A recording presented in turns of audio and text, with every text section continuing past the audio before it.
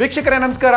ದೇಶದ ಎಲ್ಲಾ ಥಿಯೇಟರ್ಗಳಲ್ಲೂ ಪುಷ್ಪ 2 ರಾಜ್ಯಭಾರ ಮಾಡ್ತಾ ಇದೆ. ಮೂರನೇ ವಾರ ಕೂಡ ಚಿತ್ರಮಂದಿರಗಳು ಹೌಸ್ಫುಲ್ ಆಗುವಂತೆ ಅಲ್ಲು ಅರ್ಜುನ್ ಮಾಡಿದ್ದಾರೆ. ಇಂಥ ಸಿನಿಮಾಗಾಗಿ ಥಿಯೇಟರ್ ಮಾಲೀಕರು ಎಷ್ಟೋ ವರ್ಷಗಳಿಂದ ಕಾಯ್ತಾ ಇದ್ರು. ಉತ್ತರ ಭಾರತ, ದಕ್ಷಿಣ ಭಾರತ ಅಷ್ಟೇ ಅಲ್ಲ, ಗ್ಲೋಬಲ್ ಮಾರ್ಕೆಟ್ ನಲ್ಲೂ ಅಲ್ಲು ಅರ್ಜುನ್ ಸುನಾಮಿ ಎಬ್ಬಿಸಿದ್ದಾರೆ. ಪುಷ್ಪ 2 ತೆಲುಗಿನ ಒರಿಜಿನಲ್ ವರ್ಷನ್ ಆಗಿರ್ಲಿ ಅಥವಾ ಹಿಂದಿಯ ಡಬ್ ವರ್ಷನ್ ಆಗಿರ್ಲಿ, ಕಳೆದ 13-14 ದಿನಗಳಲ್ಲಿ ಎಲ್ಲಾ ಬಾಕ್ಸ್ ಆಫೀಸ್ ನ ದಾಖಲೆಗಳನ್ನು ಉಡಿಸ್ ಮಾಡಿದೆ ಪುಷ್ಪ 2.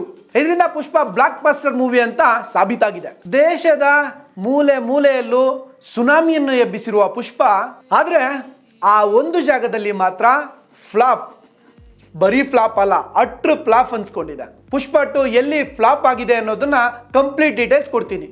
ಆದ್ರೆ ಅದಕ್ಕೂ ಮೊದಲು ಸಿನಿಮಾ ಸಕ್ಸಸ್ನ ಮಾನದಂಡ ಏನು, ಈ ಸಕ್ಸಸ್ ಅಂಡ್ ಫೇಲ್ಯೂರ್ ನಡುವಿನ ವ್ಯತ್ಯಾಸ ಏನು ಅನ್ನೋದನ್ನ ಈ ಸ್ಟೋರಿಯಲ್ಲಿ ತಿಳಿಯೋಣ. వీళ్ళు తెలియని బాధేదో ఉంది. ಒಂದು ಸಿನಿಮಾ ಮಾಡೋಕೆ ಎಷ್ಟು ಖರ್ಚಾಗುತ್ತೆ ಅನ್ನೋದನ್ನೇ ಕಂಪ್ಲೀಟ್ ಆಗಿ ಬಜೆಟ್ ಅಂತ ಕರೀತಾರೆ.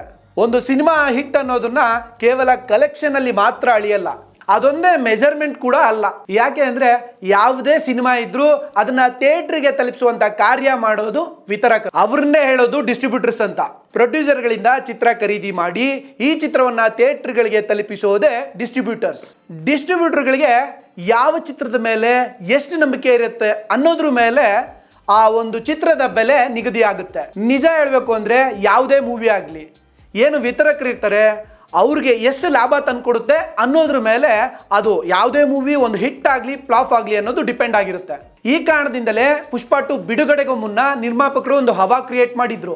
ಯಾವ ರಾಜ್ಯದ ಡಿಸ್ಟ್ರಿಬ್ಯೂಟರ್ಗಳು ಪುಷ್ಪ 2 ಚಿತ್ರವನ್ನ ಎಷ್ಟು ಕೋಟಿಗೆ ಖರೀದಿ ಮಾಡಿದ್ರು ಅನ್ನೋ ಲಿಸ್ಟ್ ಅನ್ನ ಮೊದಲೇ ರಿಲೀಸ್ ಮಾಡಿದ್ರು. ಪುಷ್ಪ 2 ಚಿತ್ರದ ಥಿಯೇಟ್ರಿಕಲ್ ರೈಟ್ಸ್ ನಿಂದ ಬಂದಂತಹ ಆದಾಯವನ್ನು ನೋಡೋದಾದ್ರೆ, ಪುಷ್ಪ 2 ಥಿಯೇಟ್ರಿಕಲ್ ರೈಟ್ಸ್ ನ ಆದಾಯ ಆಂಧ್ರ ಪ್ರದೇಶ ಹಾಗೂ ತೆಲಂಗಾಣದಲ್ಲಿ ಪುಷ್ಪ 2 ಚಿತ್ರದ ಥಿಯೇಟ್ರಿಕಲ್ ರೈಟ್ಸ್ 220 ಕೋಟಿಗೆ ಮಾರಾಟವಾಗಿತ್ತು.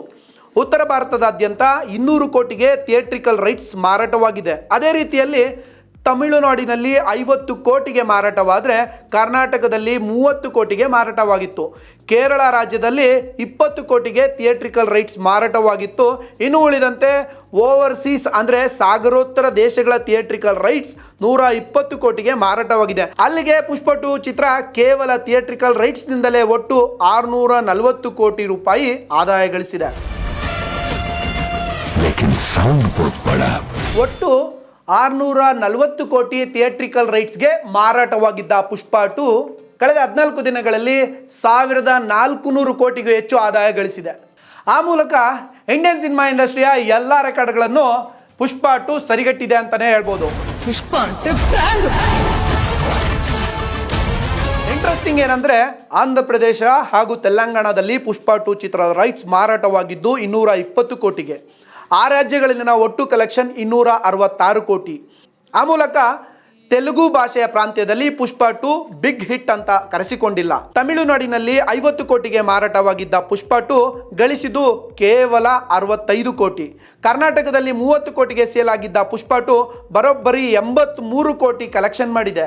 ಇಂಟ್ರೆಸ್ಟಿಂಗ್ ಏನಂದ್ರೆ, ಪುಷ್ಪ 2 ಚಿತ್ರಕ್ಕಾಗಿ ಅಲ್ಲು ಅರ್ಜುನ್ ಕರ್ನಾಟಕದಲ್ಲಿ ಯಾವುದೇ ಪ್ರಮೋಷನ್ ಅಥವಾ ಇವೆಂಟ್ ಮಾಡಿಲ್ಲ. ಪುಷ್ಪ 2 ಚಿತ್ರದ ನಿಜವಾದ ಸುನಾಮಿ ಎದ್ದಿರೋದು ಉತ್ತರ ಭಾರತದಲ್ಲೇ, ಅದರಲ್ಲೂ ಹಿಂದಿ ಬೆಲ್ಟ್ನಲ್ಲಿ.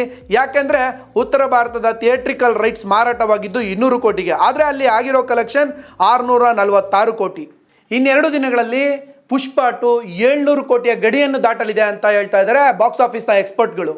ಅಲ್ಲಿಗೆ ಅಲ್ಲು ಅರ್ಜುನ್ ಹಿಂದಿ ಭಾಷಿಗರ ಫೇವ್ರೇಟ್ ಹೀರೋ ಅನ್ನೋದ್ರಲ್ಲಿ ಡೌಟೇ ಇಲ್ಲ. ಹೀಗೆ ಎಲ್ಲ ಕಡೆ ಅಂದರೆ ಇಡೀ ದೇಶದಲ್ಲೇ ಸುನಾಮಿ ಎಬ್ಸಿರೋ ಪುಷ್ಪ 2 ಆ ಒಂದು ರಾಜ್ಯದಲ್ಲಿ ಮಾತ್ರ ಅಟ್ರು ಫ್ಲಾಪ್ ಆಗಿದೆ. ನಿಜ ಹೇಳಬೇಕು ಅಂದರೆ ಅದು ತುಂಬ ಇಂಟ್ರೆಸ್ಟಿಂಗ್. ಯಾಕೆಂದರೆ ಅದು ನಮ್ಮ ಕರ್ನಾಟಕದ ಪಕ್ಕದಲ್ಲೇ ಇದೆ, ಅದು ಯಾವುದು ಅಲ್ಲ, ಕೇರಳ. ಸೊ ಹಾಗಾಗಿ ಪುಷ್ಪ 2 ಕೇರಳದಲ್ಲಿ ಅಟ್ರು ಫ್ಲಾಪ್ ಅನ್ಸ್ಕೊಂಡಿದೆ. ಯಾವ ಮಟ್ಟಿಗೆ ಅಂದರೆ, ಕೇರಳದಲ್ಲಿ ಎಷ್ಟು ಕೋಟಿಗೆ ಮೂವಿ ರೈಟ್ಸ್ ಸೇಲ್ ಆಗಿತ್ತೋ ಅಷ್ಟು ಕೋಟಿ ಬರೋದೇ ಡೌಟ್ ಅಂತ ಇದ್ದಾರೆ. ಕೇರಳ ರಾಜ್ಯದಲ್ಲಿ ಪುಷ್ಪ 2 ಅಟ್ರ್ ಫ್ಲಾಪ್. ಕೇರಳದಲ್ಲಿ ಪುಷ್ಪ 2 ಚಿತ್ರದ ಥಿಯೇಟ್ರಿಕಲ್ ರೈಟ್ಸ್ ಮಾರಾಟವಾಗಿದ್ದು 20 ಕೋಟಿಗೆ, ಆದರೆ 13-14 ದಿನಗಳಲ್ಲಿ ಅದು ಗಳಿಸಿರೋದು ಕೇವಲ 17 ಕೋಟಿ. ಕೇರಳದಲ್ಲಿ ಪುಷ್ಪ 2 ಸಕ್ಸಸ್ ಅಂತ ಸಾಬೀತಾಗಬೇಕು ಅಂದರೆ 30 ಕೋಟಿ ಕಲೆಕ್ಷನ್ ಅನ್ನ ಮಾಡಲೇಬೇಕು. ಆದರೆ ಇವಾಗಿನ ಪರಿಸ್ಥಿತಿ ನೋಡಿದ್ರೆ ಕೇವಲ 20 ಕೋಟಿ ಕೂಡ ಕ್ರಾಸ್ ಮಾಡೋದೇ ಡೌಟ್ ಅನ್ನಿಸ್ತಾ ಇದೆ. ನಿಮಗೆ ಗೊತ್ತಿರಲಿ, ಕೇರಳದಲ್ಲಿ ಪುಷ್ಪ 2 ಫೇಲ್ ಆಗೋ ಕೂಡ ಇನ್ನೊಂದು ಕಾರಣ ಇದೆ. ಅದೇನೆಂದ್ರೆ ಮಲಯಾಳಿ ಭಾಷಿಗರು ಮಾಸ್ ಚಿತ್ರಗಳಿಂದ ಕ್ಲಾಸ್ ಚಿತ್ರಗಳನ್ನೇ ಹೆಚ್ಚು ಬೆಂಬಲಿಸಿದ್ದಾರೆ. ಇದೇ ಕಾರಣಕ್ಕೆ ಮಲಯಾಳಂ ಚಿತ್ರ ಭಾಷೆಗಳಿಗೂ ಹಾಗೂ ಇತರೆ ಭಾಷೆಗಳ ಚಿತ್ರಗಳಿಗೂ ವ್ಯತ್ಯಾಸ ಕಂಡು ಬರುತ್ತೆ. ಅಲ್ಲಿ ಅಬ್ಬರದ ಫೈಟಿಂಗ್ಸ್ ಅಥವಾ ಪಂಚಿಂಗ್ ಡೈಲಾಗ್ಸ್, ಮಾಸ್ ಸೀನ್ಗಳಿಂದ ಕತೆ ಹಾಗೂ ಸಂಭಾಷಣೆಗೆ ಹೆಚ್ಚು ಒತ್ತು ನೀಡುತ್ತಾರೆ. ಹಾಗಾಗಿಯೇ ಮಲಯಾಳಂ ಚಿತ್ರರಂಗ ಬೇರೆ ಚಿತ್ರರಂಗದವರಿಗೆ ಒಂದು ಚಾಲೆಂಜ್ ಆಗಿರುತ್ತೆ. ಕೇರಳದಲ್ಲೂ ಕೂಡ ಅಲ್ಲು ಅರ್ಜುನ್ ಅವ್ರಿಗೆ ಒಂದು ದೊಡ್ಡ ಫ್ಯಾನ್ ಬೇಸ್ ಇದೆ ಅಂತ ಹೇಳ್ಬೋದು. ಕೇರಳದ ಅಭಿಮಾನಿಗಳು ಅವ್ರಿಗೆ ಪ್ರೀತಿಯಿಂದ ಅಲ್ಲು ಅರ್ಜುನ್ ಅಂತ ಕರೆಯೋ ಬದಲು ಮಲ್ಲು ಅರ್ಜುನ್ ಅಂತ ನಿಕ್ನೇಮ್ ಇಟ್ಟಿದ್ದಾರೆ. ಅದೇನೇ ಇರಲಿ, ಅವರು ಸಿನಿಮಾ ಅಂತ ಬಂದಾಗ ಕೇವಲ ಕ್ಲಾಸ್ ಕಥೆಗಳನ್ನೇ ಬೆಂಬಲಿಸ್ತಾರೆ. ಸೊ ಅದೆಲ್ಲ ನೋಡಿದ್ರೆ ಒಂದು ಸಿನಿಮಾ ಎಲ್ರಿಗೂ ಇಷ್ಟ ಆಗಲೇಬೇಕು ಅಂತೇನಿಲ್ಲ.